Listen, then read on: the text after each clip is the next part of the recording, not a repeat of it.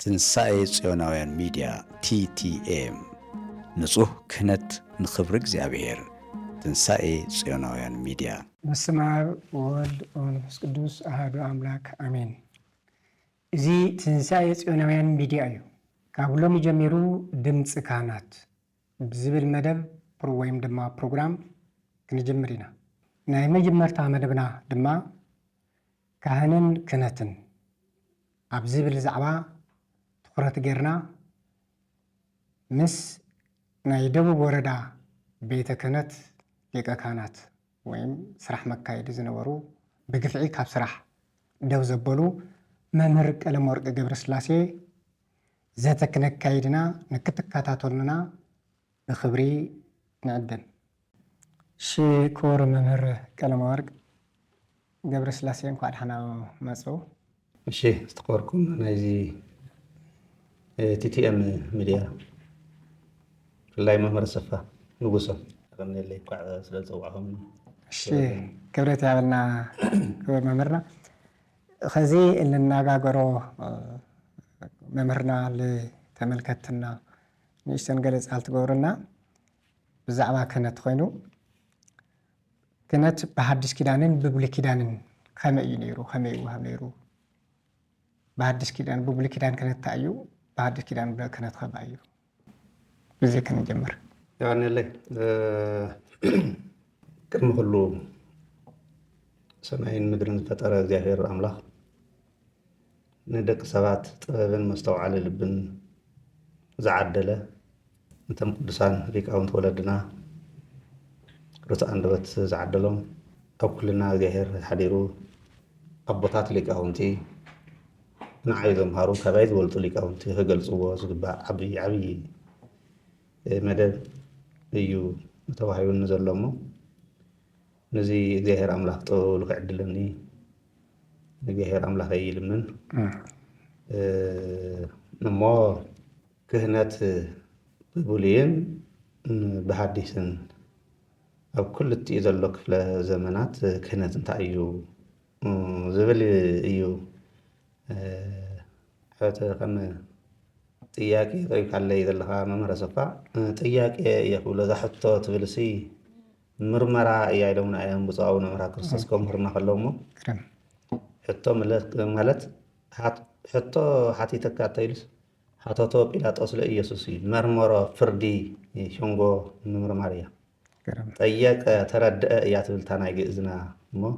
ጥያቄ ኻይልካኒ ይመስለኒ ከሎ ንስኻ ነቲ ጠይቃኒ ዘለካ መንፈስ ቅዱስ ክሕግዘኒ እናተማሕፀንኩ ክምኩረ እየ ትሓሳብ እወ ክህነት ኣብ ክልቲኡ ዘመን ዝብል ሕቶ ቁፅሪ ሓደ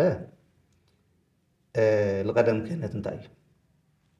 ክህነት ካበይ እዩ መፅኡ? እንታይ እዩ ስርቡ ቃሉ ንዝብል ንቐደም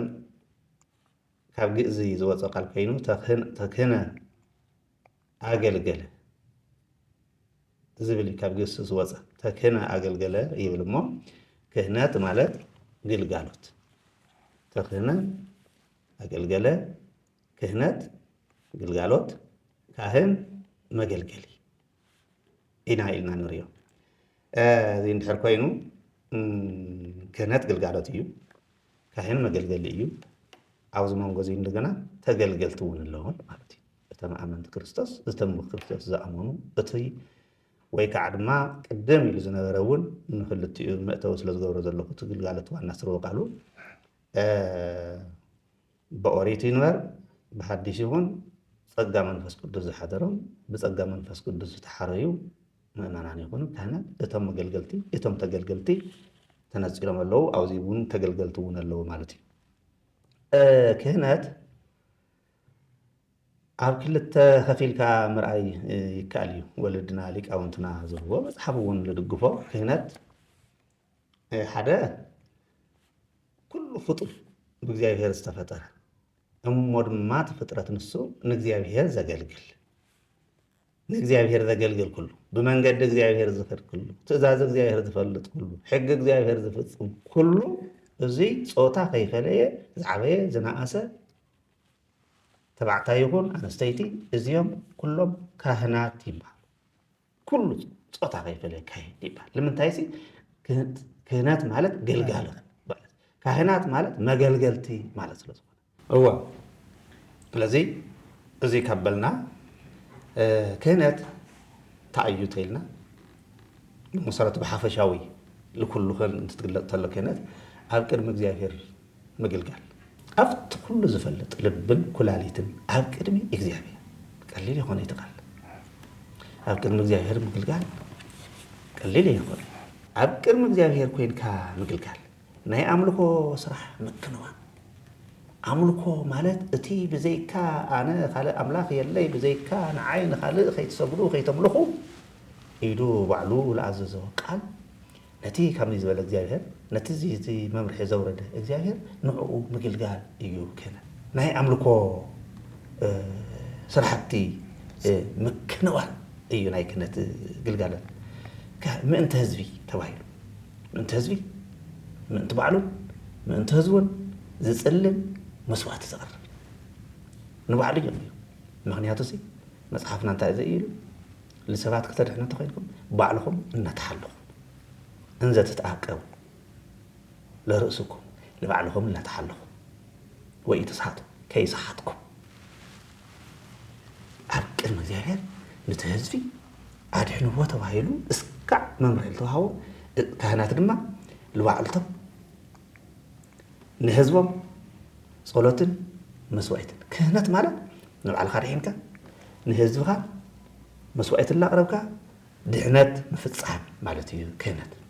أزيت راح يكون ناي مبرح صراحة له ناي مقداس صراحة له ناي مطمع صراحة له ناي مقرأ صراحة زي بملؤ لمن يتوهايو نكهنات التوهاو صراحة لمن تاي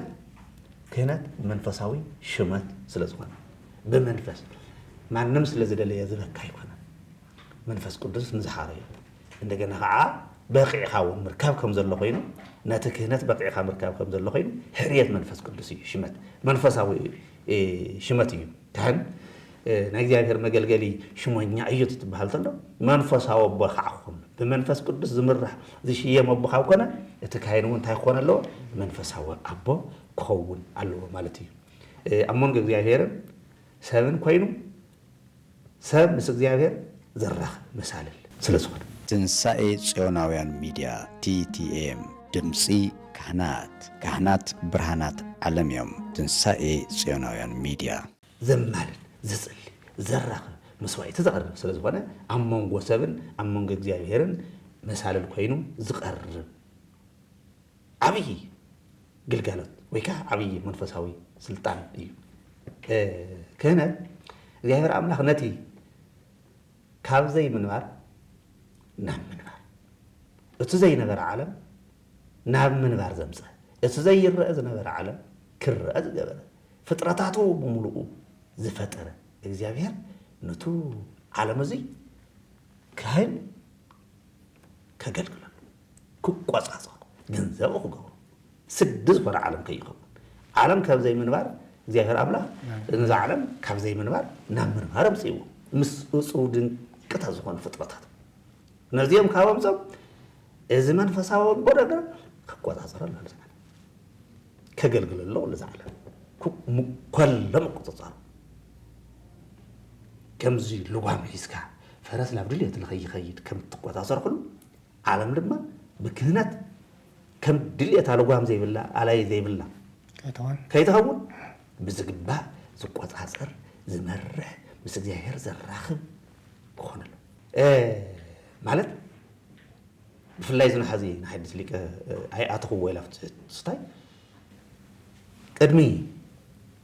حديث زنا كانت هذا ونزل له كانت يو كل بمنفس كندس حريات زمت كانت يو تناقض بفلاي بورسي بزرئي كاب اجلا كانت كاب اجلا خيوص مالت لك يعيكم كافتم لك يحكوا زم عسرت خلت نجد نولا كافت كهنت كابليوي زرقي كيوصل توايلو تدقيقي كهنت كابليوي يوصل نقصنا وين كاوي هو ده هذي كافتم إنه بعد صراحتي الله كلام زنبرة كلام زنبرة كهنت كلام الله كريستوس ዝነበረ ክነት ወይ ብዘመነ ቡሊ ዝነበረ ክነት ብዘርኢ ካብ ሌዊ እናተሓረዩ ዝመፁ ዝነበሩ ኣቦታት እዮም ብኸዚኡ ከምዚ ኮይኑ እቲ መንፈሳዊ ግልጋሎት ተጠናኺሩ ፍሪሓ እግዚኣብሔር ብዘለዎ እግዚኣብሔር ብዝኣመነሉ ዘገልግሉ ካይናት ነይሮም የገልግሉ ነይሮም ማለት እዩ መለከታዊ ናይ ኣገልግሎት መፀዋዕታ ካብ ሰማይ ብመለኮታዊ መፀዋዕታ እዮም ዝቐርቡ ነይሮም እቶም ካህናትና ብፍላይ ኣብ ዘመነ ሓዲስ መድኃኔ ዓለም ክርስቶስ ባዕሉ ሊቀ ካህናት ኮይኑ እንትትመፅእ እንተሎ ከምቲ ናይ ቡሊ ዝነበረ ኣፀዋውዓ ክህነት ይኾነ ኣብ ወንጌል ዮሃንስ ምዕራፍ 15 ቁፅሪ 16 ተጻሒፉ ከም ነበረ ከም ንረኽቦ ኣኮ ኣንቱሙ ዝሃረይኩምኒ ወስዮምኩምኒ ኣላ ኣነ ሃረይኩኩሙ ወስዮምኩሙ ኣነ እየ ሓርየኩም እምበር ንስኻትኩም ኣይኮንኩምን ሓርየኩምኒ ኣነ እየ ነዚ መንፈሳዊ ሽመት መንፈሳዊ ሰማያዊ ሽመት ኣብቂዕኩም ዘለኹም እምበር ንስኻትኩም ኣይኮንኩምን ኣነ እየ ሓርየኩም ሰይመኩም ኣለኹ ወእርየስየኩም ከመ ትሁሩ ወፍርየ ትፍርዩ ዓለም ዘይርኩም ዓለም ቁፅፅርኩም ከተውዕልዋ ፍረ ንኽትፈርዩ እቲ ፍረ ድማ ንዘለዓለም ዝነብር ፍረ ነግዚኣብሔር ቃል ከም ፍርየ ተተመሲሉ ዘለዓለማዊ እዩ ሕያው ዝኾነ ንዘለዓለም ዝነብር እግዚኣብሔር ዝሓረዮ ባዕሉ መፅኡ ሊቀ ካህናት መድኃኔ ዓለም ክርስቶስ ቀደም ሙሴ ብሙሴ ኣቢሉ ለኣሮን ሓውካ በዚ ቅብአዮ ከምዚ ይግበሮ ይብለና እዩ እቶም ዝቕብኡ እቶም ስርዓታት ዝከናወኑለ በቲ ሊቀ ካህናት ኣቢሎም ይከናወኑ ሕዚ ሊቀ ካህናት ኮይኑ መድኃኔ ዓለም ክርስቶስ እንትትመፅእ እንተሎ ግን ሓርየኩም ኣለኹ ሸይመኩም ኣለኹ ናብ ኩሉ ዓለም ክትዘሩ ፍረ ንኽተፍርዩ እቲ ተፍርይዎ ፍረ ድማ ዘለዓለማዊ ንኽኸውን እዩ ኢሉ እግዚኣብሔር ኣምላኽና ብወንጌል ኣቢሉ በቲ ቅዱስ ቃሉ ነጊርና ኣሎ ማለት እዩ ከምኡ ሰማያዊ እዩ መንፈሳዊ እዩ ካብ በናፍቲ ሉቃስ 10 ቁጥሪ 1 ወእምዝ ሃረየ እግዚእነ ካልኣነ ሰብኣ ወፈኖም በበክልየቱ ቅድመ ገጹ ውስተ ኩሉ ሕጉል መድኃኔ ዓለም ክርስቶስ ሕሪ የቢሉ ብባዕሉ ኣቢሉ ሓርዩ እናመደበ በብክልተ እናገበረ ወያ ዓለም ከምቲ ቅድም ኢለ ዝገለፅክዎ ዓለም ኣቆፃፀሩ ነቲ ዘይነበረ ዓለም መድኃኔ ዓለም ክርስቶስ ዝጭበጥ ኮይኑ ምሰምፆ ክቆፃፀር ኣለዎ ንሱ ብዝህቦም እንደራስየታት በሊቃውንት ኣቢሉ ብካህናት ኣቢሉ ዓለም ክቆፃፀራ ስለ ዘለዎ በብክልተ እናገበረ መዲኡ ናብቲ ዓለም ኩሉ ክይዱ ኢሉ ለኣኾም ከዱ ኢሉ እናሓረየ እዩ መንፈሳዊ ክህነት ሕርየት ኣለዎ ይፈልእ እዩ ይሓርዮም እዩ ኣብቲ ግብረ ሐዋርያ ምዕራፍ 13 ቁፅሪ 2-3 ዘሎ ወእንዘ ይገብሩ ግብረ እግዚኣብሔር ወይፀውሙ ወይፅልዩ እናጾሙ እናጸለዩ ስራሕቲ ናይ እግዚኣብሔር ስራሕቲ እናከናወኑ እዚ እቲ ስራሕቶም እሞ እናከናወኑ ኣለሃለዮ ይቤሎሙ መንፈስ ቅዱስ ፍልጥዎሙ ሊተ ለበርናባስ ወለጳውሎስ ኣብዛ ስራሕቲ ተፀሚዶም እናሃለዉ መንፈስ ቅዱስ ትፅቡቕ ስራሕቶም ኩሉ ግዜ ስራሕትኻ ኣብ ስጋዊ ይኹን መንፈሳዊ ስራሕትኻ ክትሰርሖ እንተለኻ ብኣግባብ ተዘስርሐንለ ይቆፃፀረንለ ኢልካ ይኮንካ ካልተዋሃበካ ሓላፍነት እግዚኣብሔር ይቆፃፀረን ኢልካ ላስራሕካ ምርካብ ፅቡቕ እዞም ቁኑዓት ሰባት ብእግዚኣብሔር መንገዲ ዝኸዱ እናጾሙ እናጸለዩ እናሃለዉ መንፈስ ቅዱስ መፅኡ እስቲ በርናባስን ጳውሎስን ሲ ልቲ ኣነ ክሰርሖ ዝፈለኽዎ ክሰርሑ ምእንታን ፈሊኹም ሃውን ሕርየት ማለት እዚ ዓለም እውን ከምዚ እዩ ክገብር ሰብ ብዙሕ እዩ እሞ ነቲ ሓደ ስራሕ ኣነ ንዝሓረኽዎ ስራሕ ኣነ ነዚ መደብክዎ ስራሕ ፕላን ኣውፅእ ኣሎ ማለት እዩ እግዚኣብሔር ፕላን ኣውፅእ ኣሎ ነቲ ዘውፅኦ ፕላን ክሰርሕ ዝኽእል በዓል ሞያ ልክ የድሊ ኣሎ ፕላን ምስ ኣውፃእካ ሓደ ስራሕ ክትስራሕ ነታ ስራሕ ሳ ልበቅዕ በዓል ሞያ ምፅዋዕ ማለት እዩ ባርናባስን ጳውሎስን ተሓርዮምላ ኣለዉ ነታ ኣነ ክትስራሕ ዝደለኽዋ ስራሕ ንክሰርሑለይ ለዞም ክልተ ሰባት ፈሊኹም ሃውኒ ይበለ መንፈስ ቅዱስ ብላና እቅድ ማለት እዩ መፅሓፍ ቅዱስ ኩሉ ነገር እዩ ኩሉ ነገር እዩ ዘመር መንፈስ መፅሓፍ ቅዱስ ብርሆኦም ረጌካ ጥበብካ مستوعب ልብኻ ገለጸለይ ኢልካ ተኣቲኻዮ መድኃኒዓለም ክርስቶስ ፈጣሪ ዓለማት እግዚአብሔር ኩሉ ይገልጸልካ ይኸው እንተንዩካ የመጽሐፍ ቅዱስ ኩሉ ነገር ኮይኑ ኢኻ ትረኽቦ ማለት እዩ ስለዚህ ከምዚ ነይሩ ትኽነት እዚ ካብ ኮነ እምበኣር ክህነት እዚ ተሓፈሻዊ ካብ ገለጽኩ ክህነት ኣቡልየ ናብ ሓዲስ ከመይ እዩ ንዝብል ለፍታ መሰረታዊ ትሕቶ እንትትኣቲ ኣብ ክህነት ኣብ ሰለስተ ክፍለ ዘመን ሳልሳይ ክውስኸሉ ክህነት ኣብ ህገ ልቦና እውን ክህነት ነይሩ እዩ ኣብ ዘመነ ቡልይ እውን ወይ ከዓ ኣብ ዘመነ ኦሪት እውን ክህነት ነይሩ እዩ ኣብ ዘመነ ሓዲስ እውን ክህነት ብህገ ልቦና ክህነት ብህገ ኦሪት ክህነት ብሓዲስ ኢልና ምርኣይ ንኽእል ኢና ሕገ ልቡና ዝበሃል ካብ ኣዳም ክሽካዕ ምስየ ዘሎ ዘመን እዩ ሕገ ልቡና ማለት እንታይ ማለት እዩ ኣብ ውሽጢ ልብኻ ስውር ኮይኑ ብተፈጥሮ ዝወሃበካ ጸጋ እትሓስወሉ እተውርደሉ እተደይወሉ እተሰላስለሉ ሚዛኑ ዝሓለወ እግዚአብሔር ኣምላክ ክፈጥር ከሎ ብሃበ ተረኸበ ይሆነ ቀደም ሕጊ ዘይነበረ ፈጢርዎም ድሕሪ ኢሉ ሕጊ ሰሪዕሎም እቲ ሕጊ እውን ላመሓየሾ ኦሪት ነይሩ ሓዲስ ነይሩ ከምዚ ይኮነ መጀመርያ እግዚአብሔር ኣምላክ ክፈጥር እንተሎ ብስርዓት ይፈጢርዎ ኩሉ ብሕጊ ይፈጢርዎ ኩሉ ኩሎም ማድኡ ይፈጢርዎ ስለዚ ሕገ ልቡና ማለት ዘይረአ ኣብ ህሊና ዝተጻሓፈ ኣብ ሰሌዳ ልቢ ዝተቐረጸ ንሕና ንምዝነሉ ጽቡቕ እዩን እዩ ሕማቕ እዩን እዩ ኢሉ ልመምየሉ ወዲ ሰብ ሕጊ ነይሩ እዚ ሕጊ እዚ እንዲያም ኣፍቲ ኣብ ሮሜ ተጻሒፉ ንረኽቦ ኢና ምዕራፍ 2 ቁፅሪ 15 ሮሜ ብዛዕባ እዚ ሕጊ እዚ ኣዕርዩ ኣውሪሁ ይናገር እዩ ነቲ ሓሳብ እግዚኣብሔር እቲ ሕጊ ኣብ ዝተጻሓፈ ኣብ ልቦም ዝተጻሓፈ ኮይኑ ከም ዝነበረ ይፍለጥ እዩ ኢሉ ይገልጾ እዩ ኣብቲ ውሽጢ ሰሌዳ ልቢ ቀሪጹ ተጻሒፉ እዩ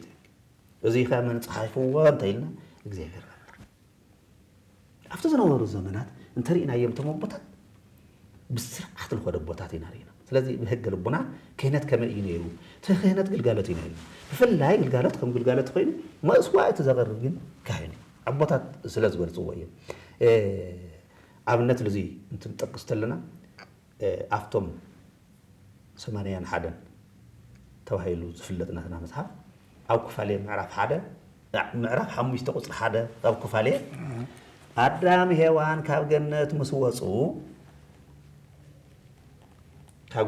ወፁ ኣዳምን ሔዋንን ኣዳም ዕጣን ዓጠነ ጥዑም ዝኾነ ሽታ ዘለዎ መስዋዕቲ ተቕረበ ዕጣን ዓጠነ ይብል ብስሩ እውን ኣዳም ካብቲ መጀመርያ ቅድሚ ስሕተት እውን ለኣዳም 7 ሃፍታት ተዋሂቦምዎ እዩ ተፈጢሩ ይባል 7 ብመሰረቱ ተቆራፅራለት 7 ዝበሃል ቁጥሪ ወደ ተፈጥሮላ ወዲ ሰብ ካብ 7 ባህርያት እዩ ተፈጢሩ ተን 4 ባህርያት ስጋ ተን 3 ባህርያት ነፍስን ተደሚሩ ብ7 ነገራት ተቐሚሙ ለተፈጠረ ይሰብ እንደገና ከዓስ ብ7 ሃፍቲ ኣማዕሪጉ ፈጢሩዎ ይብል እሞ ካብቶም 7 ሃፍታት ሃብተ ክህነት ንኣዳም ተዋሂብዎ እዩ ይብሉ ለዚ እውን ሃብተ ክህነት ተዋሂቡ ካበይ ወሲዶም እቲ መጽሓፍ እውን ኢልዎ ዕጣን ዓጠነ መስዋዕቲ ተቕረበ ይብል ኣዳም ኣቦና ኣብኡ ከም ዘቕረበ ንርኢ ኢና ካብኡ ቀፂሉ ኣብ ኦሪት ዘፍጥረት ምዕራፍ 4 ቁፅሪ 4 እንተሪእና ኣቤል መስዋዕቲ ተቕሪቡ እዩ ኣቤል ወኣቤልሂ ገብረ ወኣምፅኣ እምነ በክሮ ኣባጊኢሁ ወእምነ ሰዋሃኒሁ ወነፀረ እግዚአብሔር ላኢለ ኣቤል ወላኢለ መስዋዕቱ እግዚአብሔር ኣምላኽ ዘይረ ኣቤል ናይ እንስሳ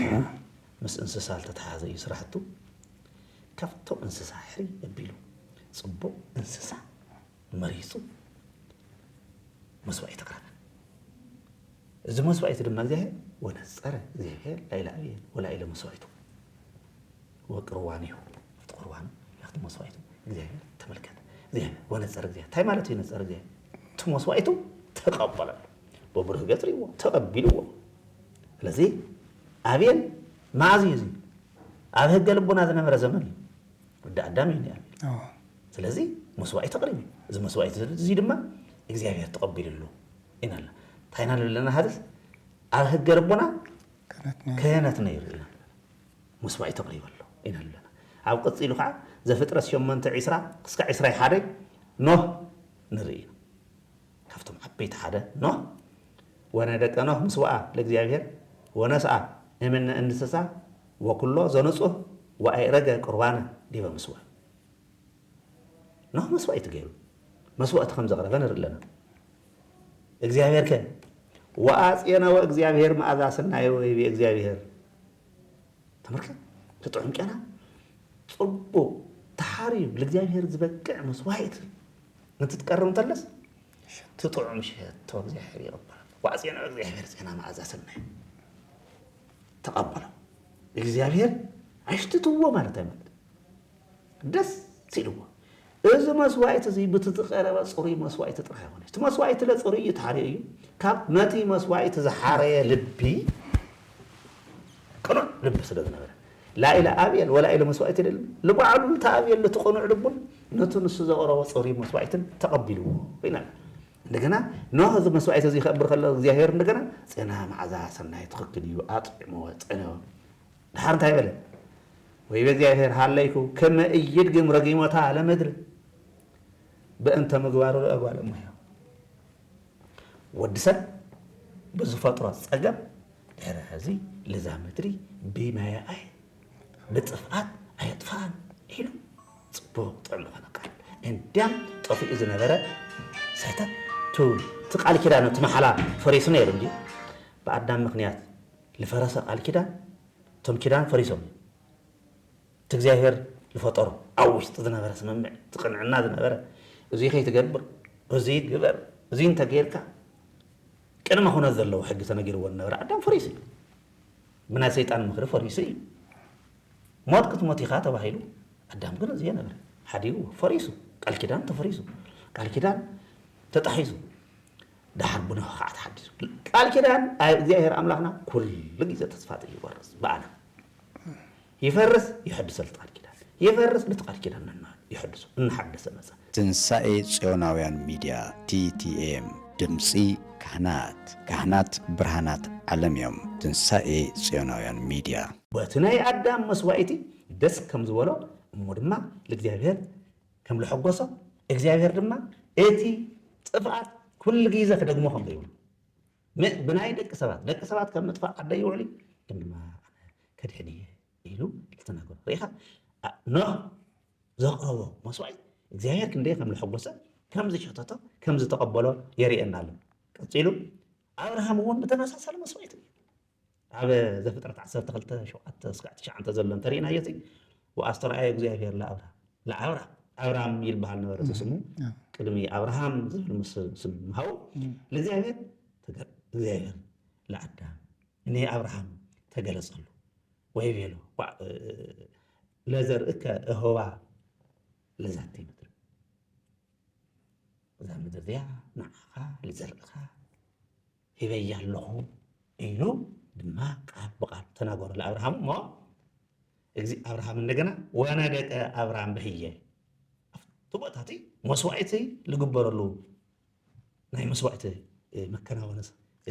ሓነፀ ሰርሐ አዳለወ እግዚአብሔር እንደገና አው ዕሪ ሰመረዳ ብፍላይ ብጣዕሚ በርሃ ዕሪ ተገሊጹ ካብ ኣባኻ ለሐውኦ ምስጢር ደንየኒ ኢሉስ ካብ ምስጢር ሰዶም ከመይ ክትጠፍእ ከም ዘለዎ ንሱ ከመይ ኢሉ ክድሕን ከም ዘለዎ እንታይ ቀርሀ ኢልና ካባኻ ዝስወር ምስጢር የለይ ብጣዕሚ እግዚኣብሔር ስለ ደቂ ሰባትስ ከመይ ገይሩ ከም ዝቐርቦም የጥፋእ ኣለኹ እየ ኢሉ ሰዶም ከጥፋእ እንተለስ ሰዶም ጎሞራ ክጠፍእ እንተለስ ኦይት እንድሕር ፀጋ ረኺበ ካባኻ መንፈስ ግርማ ሞገስ ካብ ረኸብኩ ካባኻ ሲ ካብ 50 ይጀምር እሞ ክንዚ ሰባት እንተልዮም ዋላ በለ ክሻዕ 7 ዘርዘረ እስከ 10 ተተረኺቦም ከዚኦም እንተልዮም ከድሕን ልብል ምእንተ ከማላ በለ እግዚአብሔር መንፈስ ቅዱስ ጽቡቅ ቃል ምስ አብርሃም ወግዒ ንግግር ከም ዝተገበረ ኢና ንርኢ ካብኡ ያዕቆብ ኣብ ዘፍጥረት 31 ምዕራፍ ቁፅሪ 54 እውን ወሰብአ ያዕቆብ መስዋዕተ በውስተ ደብር ወፀውኦሙ ለአሃዊሁ ወበልዑ ወሰትዩ ያዕቆብ እውን ያዕቆብ ካብ ሰማይ ለምድሪ ዝተተኸለ መሳሊ ዝረአየ ዓብይ ኣቦ እዩ ንሱ እውን መስዋዕቲ ከም ዝገበረ ኣብዚ መፅሓፍ እዚ ተጠቂሱ ኢና ንረኽቦ ካብዚኣ እንታይ ወፃና ኢዮብ ባዕሉ ኢዮብ ካብቶም ዓበይቲ ናይ ቀደም ኣቦታት ሓደ ዓብይ ኣቦ እዩ ኣብ ናለ አብርሃም ዘመን እዩ ምናልባት እውን ኣቦታት እንታይ እዮም ዝብሉ ካብ አብርሃም 7 ወለዶ ኣብ ከባቢ ካብ 5 ክሳብ 7 ዘሎ ወለዶ እዩ ናይ አብርሃም ወዲ አብርሃም እዩ ኢዮብ ካብቶም ዓበይቲ ነቢያት ዓበይቲ ብክህነት ደረጃ እውን ይፍለጥ ኣብቲ ምዕራፍ 1 ቁፅሪ 5 ኢዮብ እንታይ እዩ ዝብል ንደቁ 10 ደቁ ከም ዝነበርዎ ኢሉ ዝገልፅ መፅሓፍ 7 ተባዕትዮን 3 ደቂ ኣንስትዮ ለዞም ደቂ እዚኦም ነንሕድሕዶም ብቁፅሮም መስዋዕቲ የቕርበሉ ብልኸልዎ ብዝወዓልዎ እግዚአብሔር ሕዚኖም ክኾኑ ይኽእሉ እዮም ከምዚ እግዚአብሔር ከምዚ ልበለ መስዋዕቲ ለቕርብ ብክህነት ደረጃ ዝተሓረየ እዩ ተባሂሉ ስለዝእመን ነንሕድሕዶም መስዋዕቲ የቕርበሎም ነይደቁ ብፍላይ ንሕድገት ሓጢኣት ብፍላይ ድማ ንሕድገት ሓጢኣቶም ኢሉ ልስውዖ መስዋዕቲ መስዋዕቲ ምሕራር ዝበሃለሉ ልቃፀል መስዋዕቲ የቕርበሎም ነይሩ ደቁ ዓብይ እንዲያም መፅሓፈ ኢዮብ ኣብቱ መፅሓፈ ዘፍጥረት ጀሚሩ ዝተፅሓፈ ወለድና ገሊኦም ቅድሚ ዘፍጥረት ብስሩ ቀዲሙ ዝተፅሓፈ መፅሓፍ እዩ ይልበሃል ወይ ከዓ ኣብቲ ወቅቲ እዩ ተፃሒፉ እዩ ዝበሃል ካብቶም ኣቦታት ሓደ እውን እዩ ተስራሓቱ ኣብ ምድሪ ኢዮብ ዝመስል ሰብ ኣይረኸብኩ ኢሉ ዝመስከረሉ እውን እዩ ኣምላኽና ፀሓፊኡ እውን እንዲያም ካብ ዝገርመካ እተን 5 ብሄረ ኦሪት መፅሓፍትና ሙሴ ዝበሃላ ዘፍጥረት ዘፀአት ዘለዋውያን ዘህልቅ ዘዳግም 5 ናይ ሕጊ መፅሓፍቲ ዝበሃላ ሙሴ እዩ ፅሒፍዎ ናይ ኢዮብ መፅሓፍ ለ ሙሴ እዩ ፅሒፉ እዮም ዝብሉ ሊቃውንት ቀዳማይ መፅሓፍ ነይሩ ስለዚ ኢዮብ ኣቦና እውን ናይቱ ህገ ልቡና ዝነበረሉ ዘመን ካህን ኣቦ ነይሩ ዝብል ኢና ንርኢ እዚ ናይቱ ህገ ልቡና እዩ ካብኡ እቲ ብህገ ኦሪት ከመይ ዝበለ እዩ ነይሩ ዝብል እንትንኣትት ከለና ክህነት ኣብ ህገ ኦሪት እውን ነይሩ ብፍላይ ኣብ ህገ ኦሪት እንትንብል ከለና እስራኤላውያን ካብ ግብፂ ምስ ወፁ ኣብቲ ሲና ዝተፈፀመ ታሪክ ኢና ኣብዚ ስለዚ ከምቲ ዓንቶ ዝበልኽዎ መልከ ጼዴቅ እውን ኣብ ጥንቲ ዝነበረ አንተ ካህኑ ለዓለም በከመ ሲመቱ ለመልከ ጼዴቅ ተባሂሉ ንክርስቶስ ዘነፃፅር ክህነት ዝነበሮ መልከ ጼዴቅ ካህን ኣብቲ ዘፍጥረት 14:18 ተፅሒፉ ንረኽቦ ቃል ኣሎ ናይ መልከ ጼዴቅ ክህነት ዝትንተን ኣሮን እውን ኣብቲ ዘፀአት 28:30 ናይ ኣሮን ብትክክል ብክህነት ዝተመደበ ሙሴ እውን ካህን እዩ ኣሮን እውን ካህን እዩ እቲ ብምሕደራ እቲ ብክህነት እዮም ተመዲቦም እምበር እኮ ዋላ ማርያም እውን ሓፍታቶም ነቢይት እያ ነይራ ሰውን ነቢይት እያ ነይራ ድሓር ህዚ እቲ ኣቦሊ ከምቲ ዓንቶ ኣብቲ መእተው እውን ነገረ ይነበርኩ ናይ ቡሉይ ኪዳን ክህነት ካብ ዓሌት ዘርኢ ሌዊ ኣይወፅን ኣብ ዝኸልቁ ምዕራፍ 3 ቁፅሪ 6 ንስኦሙ ለነገደ ሌዊ ወኣቅሞሙ ቅድሚ ኣሮን ካህን ወይ ትለኣክቡ እቶም ልዳለብላ ሊቀ ካህናት ኣሮን ተቐሚጠሎ ካብና ሌዊ እንደገና ሓላፍነት ኩሉ ልወሃብ ርክብ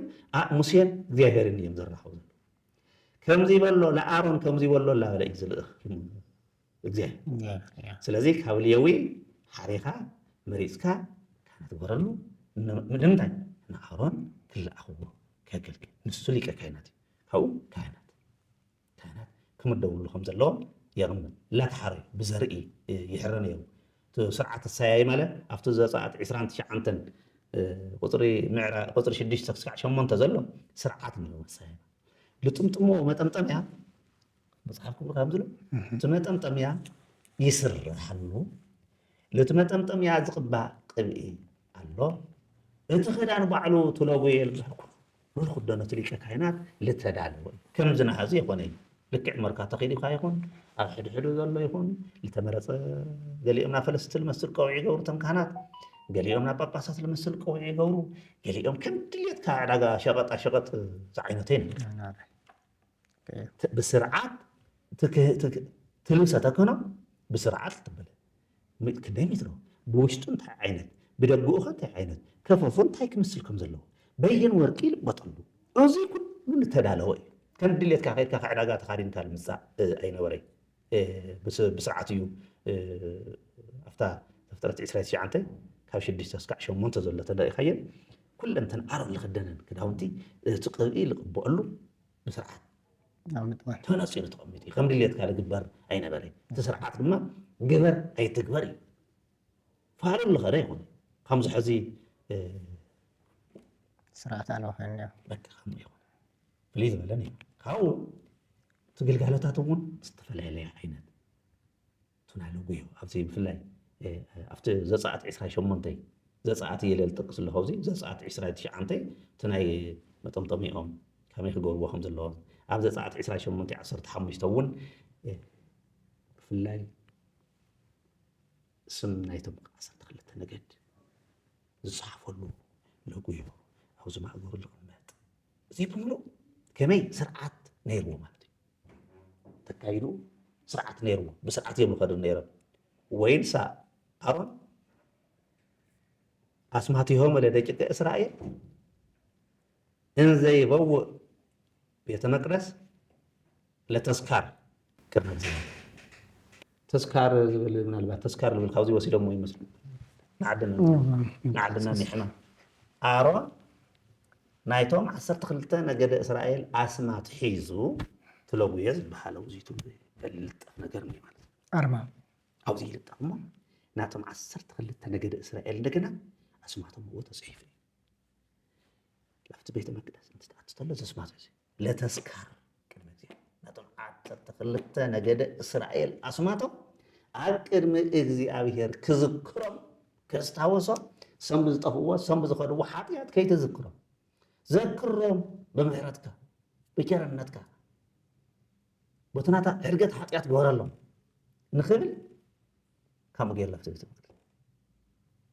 ተዝካር ማለት ምዝካር እምበር ድግስ ምብላዕ ምስታይ ዳዊስከየዳ ሆቴል ዓይነት ዝግበር እቲ ቃላቱ ባዕሉ ሕዚ ናብ ካልእ ስለዝተለወጠ ምናልባት ካልእ ግዜ ክንሕዘሉ ንኾን ኢና ስለዚ ክዝክሮም ኣብ ቅድሚ እግዚኣብሔር ከቕርቦ ባዕሉ ነፂሁን ዝዓቶም ከንፅህ ላፍታ ላበይ ላትሎ ላፍታ ቅድስተ ቅዱሳን ብዘይ ካሊቀ ካህናት ማንም ዘይኣለ እሞ ድማ ከዓ ንሳ እውን ኣብ ዓመት ሓንቲ ግዜ ጥራሕ ትእተም ኣብዛ ሌዋውያን 16 ቁፅሪ 2 እንታይ ኢልዎ እግዚኣብሔር ሲ ወይቤለ እግዚኣብሔር ሎምስ እየ በሎ ለኣሮን እሁከ ከምቲ ዝበልኩ ሪኢኻ ኢኻ እግዚኣብሔር ልሙሴ ኢሉ ነገር ለከ ሪኢኻ ናይ ምሕደራ ቀደም ሰዓት ላራ ስርዓት ዝሓለወ እዩ ስርዓቱ ዝጠፍኦ መራሕ ምስ ዋርድያ ምስ ፅርየት ለተባእሰ ኢሉ ናዋርድያይ ናይ ፅርየተይ ናይ ዋርድያይ ሓላፍን ኣብዓሉ ኣሎ ቅደም ሰዓት ኣሎ እምበር እግዚኣብሔር እኮ ሙሴለ ዘይግበር ኣሮንለ ዘይግበር ደቂ ኣሮን እውን ዘይግበሩ እዚ ምባል እኮ ኣይጠፍኦን ተግለኻ ዲኻ ትቅደም ሰዓት ምሕደራ ንሓደ ሰብሲ ክልተ መራሕተዩ ኣይግበሪ ተባሂሉ እየክል ተቀንዮ እየክል ኣሃዱ ገብር ተቀንዮ ለክልይ ኣጋእዝቲ ሓደ ሰብ ንክልተ ጎይታት ክግዛእ ይኽእል ንምንታይ ሓደ ንዓብዪ ዓዲ ተንብየን ከይድ በፂሕካ መፃእ ኢኻ ፅባሕ ቅድሚ ሰዓት ክብሎ እዩ ተሓደ ቅድሚ ሰዓት ፅባሕ ውቕሮ በፂሕካ ምፃእ ክብሎ እኮ እዩ ኣየና ንኢዱ ላፍቲ ኣየና ንኢዱ ይኽእል ሓደ ክሽልሞ ሓደ ክበቕሶ ኣይከኣል ንሓደ ሰብ ሓደ መራሕ ኣለዎ ስለዚ እግዚኣብሔር ትርላህዳ ويبل እግዚአብሔር ለሙሴ በሎ ለአሮን እህከ ንሓውካ ለአሮን ከምዚ በሎ እይባ በኩል ሰዓት ውስተ ቅዱሳት ውስተ ቅድስተ ቅዱሳት ዘወትር ኩል ጊዜ ላፍታ ቅድስተ ቅዱሳት ላፍታ ታወት ዘለዋ ከይአቲ ከመ እይሙት ምንታን ከይመውት ላፍታ ቅድስተ ቅዱሳት ኩል ጊዜ ከይአቲ ዓመት ሓደ ጊዜ ጥራሕ እያ ንምንታይ መቅሰፍት ኣሎ ገደብ ኣለዎ ስርዓት ኣለዎ ብሃበት ርክበ ይኮነ ይልካየ ኣብ ዓመት ሓንቲ ጊዜ ንሳኸ ናታቶ እሳው እንታይ እዩ ዝብል ኣኻተሎ እቲ ናይ ድሕነት መስዋዕቲ ደም ሒዙ ለኣቶም ንኸድሕን ተስተስርዮ ኣሎ እዚኣ እዩ ለኣቲ ኣብቲ ውሽጢ ባዕሉ ነቲ ህዝቢ ይፅሊ ንባዕሉ እውን ይድሕን ኣብ ዕብራውያን ምዕራፍ 9 ቁፅሪ 7 ተፃሒፉ ንረኽቦ ወውስተ ውሳጢ ስሰ ምዕረ በብዓመት ይበውእ ሊቀ ካህናት ባቲቱ ኣብታ ዓመት ሓንቲ ጊዜ ምስለ ደም ደሙ ሒዙ እቲ መስዋዕቲ ልኾን ዘያበውእ በእንተ ርእሱ ወበእንተ ህዝቡ በበይነ ሓጢኣቶም ንሓጢኣቶም ከስተስሪ ክብል ንባዕሉ ንህዝቡን ከድሕን ክብል ላፍተመ እቶም ካልኦት ካህናት ግን ይብል ኣብ ዕብራውያን 9:6 እቶም ካልኦት ካህናት ግን ኩሉ ግዜ ኣብቱ ታይና ንብሎ ዘለና ዝህዚ ቅድስት ዲና ተው ዘሎ ቅድስት ማለት ቅነ ማለት ኣብታ ቅድስተ ቅዱሳን ወፃኢ ዘሎ ቅድስት ሰብ ኣብኣ ወውስተ ፀናፊት ደብተራ ካብታ ቅድስተ ቅዱሳን ወፃኢ ዘላ ኣብኡ ኩሉ ግዜ የገልግሉ እቶም ካልኦት ካህናት እዚ ስርዓት ነርቱ ናይ ኣብ ዘመነ ቦሊ ዝነበረ ክህነት ብከምዚ ዓይነት እዮም ዝፍፅምዎ ዝነበሩ እቲ ግልጋሎት ሓጢኣት ህዝቢ ምስቲ ስራይ ካብ ካልኦት ዝነበረ መደብ ስራሕ ኣብቲ ዘሌዋውያን 4 ቁፅሪ 20 ተረኺቡ ዘሎ ናይ ደቂ ሰባት ሓጢኣት ምስቲ ስራይ ወያ ዝተሰሪ ሎሙ ካይን ወይ ተሓድግ ሎሙ ነስቲ የስረሎም እግዚአብሔር ካይ ሓቀሎም እግዚአብሔር ተለማን እንዲ ምእንታን ከድሕነኩም ስለይታኻትም እንዳኹም ዝግበሉ በሉ ይጠፍኡ ኣለዉ ዞም ህዝቡ እሞ ብጥፍኣቶም ከይጠፍኡ ትጥፍኣቶም ባዕሉ እዩ ትግብሮም እዩ ለጥፍኦም ኣለኩም እግዚአብሔር ከመጥፍእ ይኹን እግዚአብሔር ምሕረት ጥራሕ ኢልዎ ዝህብ ትግብሮም ከየጥፍኦም እሲ ቤዛኻትም እንዳኸይድኩም ዝበልሕኑለይ ከምዚ ኢላ ለኮ እዩ ሚልዮናት እቶም ቀደመ ዝነበሩ ነቢያት ኩሎም ዝልኾም ዝነበሩ እኮ ከይጠፍኡ ምእንታን እዩ ኣብዚ ወይ ዝተሰሪ ኢሎም ካህን ወይ ተሓድግ ሎም ካህን የማልድ ኣሎ ይፅልይ ኣሎ መስዋዕቲ ይቕርብ ኣሎ እግዚአብሔር ድማ ነቲ ሓጢኣቶም ይሓድገሎም ካልእ እንታይ ነይሩ ለምፃም የድሕኑ ነይሩ ኣብቲ ዘመን ንሱ ብፍላይ እስራኤል ለምፂ ናይ ሓጢኣት ውፅኢት እዩ ሎሚ ሕማም የነበረ ይሽ ለምፂ ናይ ግባታት እዩ ድሓር ዝኾነ ለምፃም ካብ ለምፃም ዘይኮነ ናይ ምፍላይ ተኽእሎ ነይርዎ ስርዓት ኣለዎ ክንዲዚ ግዜ ይቀመጠው እዚ ክንዲዚ ድሓር ጠይቆ ለምፂ ድዩ ኣይኮነ ይፍለ ለምፃም ተኮይኑ ይፍለክስ እዚ ናይ ምፍላይ ተኽእሎ ናይ ስጋ ሕማም ንምፍላይ እውን ሓላፍነት ተዋሂቦም ነይሩ ለምፂ ድዩ ኣይኮነ ክፈልይዎ ለምፂ እንድሕር ዘይኮይኑ ምስ ማሕበረሰብ እዩ ነበር ለምፃም እንተኮይኑ ኣይሕወስ ኢሳይያስ ከምዚ ዝበለ ኣጋጢሞ ነይሩ ስለዚ ንምንታይ ናይ መቕፃዕቲ እያ ነይራ ኣብቲ ዘመን ንሱ ዝነበረ ለምፂ ናይ መቕፃዕቲ እዩ መንፈሳዊ ፍርዲ ይፈርዲ ነይሩ ተዋሃቦም ካህናት ብሱ ዝኾነ ኣብ ዘዳግም 17:8 ዝህዎ ዝነበሩት እግዚኣብሔር ኣምላኽ ፍርዲ ናይ ሰብ ይኮነ እግዚኣብሔር ክትፈርድ እንተለኻ ወንበር ከፍ ክትብል ከለኻ እግዚኣብሔር ውዚ ከፍ ከም ዝብል ወይ ኣብ ቅድሚ እግዚኣብሔር ትሕሺ ከም ዘለኻ ለይኮነ ትፈርድ ከም ዘለኻ ህሊናኻ ዳኛ ላገበርካ ልትሃፍታም ብሃፍቱ ኢልካ ክፈትየለይ ኢልካ ከይትፈርድ ልትድኻ ድኻ እዩ ምንታይ ሞዚ ከይትብል ኮለ ልትድኻ ገበን ሓጢኣት እዩ ማዕረ ፍርዲ እግዚኣብሔር እዩ ማዕረ ጌርካ ዝብል ሕጊ መሰረት ተፅሒፍሎም ስለ ዝነበረ ብስርዓት ይዳንኤል ነይሩ ፍትሒ ይሁዳ ነይሩ እቲ ስርዓቶም እዚ መለከት ድምፂ ዝነፍሑ ኣብ ህልቁ 10 ካብ 1-11 ዘሎ ናይ መለከት ምንፋሕ ተኸእሎ ነይሩ ንዓቶም እዩ ዝወሃብ ስራሕ ክፍፍል ልማንም ስብልካ ከም ድልትካ ወስውስ ይኾነ እዩ መለከት ናይ ምንፋሕ ዕጣንና ምዕጣን ኣብዚ ህልቁ 16:4 ዕጣን ማዕጠንቲ ምቕራብ ታቦት እግዚአብሔር ምሽካም ኢያሱ 3:1 እንተርእናዮ ታቦት ክሽከም ተለው ማን ክንዲ ዛዕ ስልጣን ኮይ እዩ ሽግርዋ ከለው ላውያ ምድር ርስት እኮ ታቦት ተሸኪሞም ክኸዱ ከለው ሲ ላፍታ ሩዋ እቲ ምስ በሉ እቲ ላፍቲ ተኸፊሉ እቲ ላፍቲ ተኸፊሉ መሬት ነቂቱ እዚ ዝኣክል ስልጣን ኮይ እዩ ስልጣን ጠጠው እንዲያም ካብኡ ኣእማነ ልዒሎም እዩ ዝብል ሰተኽልተ ኣእማነ ልዒሎም ካብኡ መሬት ነቂቱ ኩሉ ሓሊፉ ተወዲኡ ምስተባሃለ እንደገና እሳት ምስ ሸጎሩ ከሎ እንደገና ዝኣክል ስልጣን እዚ ዝኣክል ስልጣን ኮይ እዩ እቲ መንፈሳዊ እዩ ዝብለልና ሰማያዊ እውን እዩ እንብሎ ዘለና እዚ ስልጣነ ክህነት ክሻዕ ክንዲ ዝኣክል እዩ ካብኡ ንህዝቢ እግዚአብሔር ምግሳፅን ምምሃርን ሙሉእ ስልጣን ነይሮም ቶም ሽዒቱ ዝነበሩ ካህናት ኣብታ ናይ ዜና 24 ቁጥሪ 20 ይግስፁ ለነገስታት የለ ለኩሉ ጋብ ስጋ ከይበሉ እቶም ህዝቢ እግዚአብሔር ብስርዓት ይግስፅዎም የምህርዎም ከም ዝነበሮም ናይ ስራሕ ክህነት እስካዕ ክንዲ ነይሩ ስርዓተ ቤተ መቅደስ ምኽባርን ክኽበር ምግባርን እውን ናይ ካህናት ስራሕ ኣብቲ ሰዓት ኣብቲ ዘመን ንሱ ብፍላይ ካልኣይ ዜና መዋዕል 26 ካብ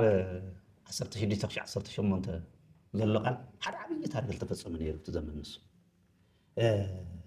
ኦዝያን ዝበሃል ካህን ዝተደፋፈረ ንጉስ ኮይኑስ ናይ ክህነት ድፍረት ቤተ መቅደስ ከኣቲ እየ ኢሉ ደፊሩ ኣገናዘበለ እዚ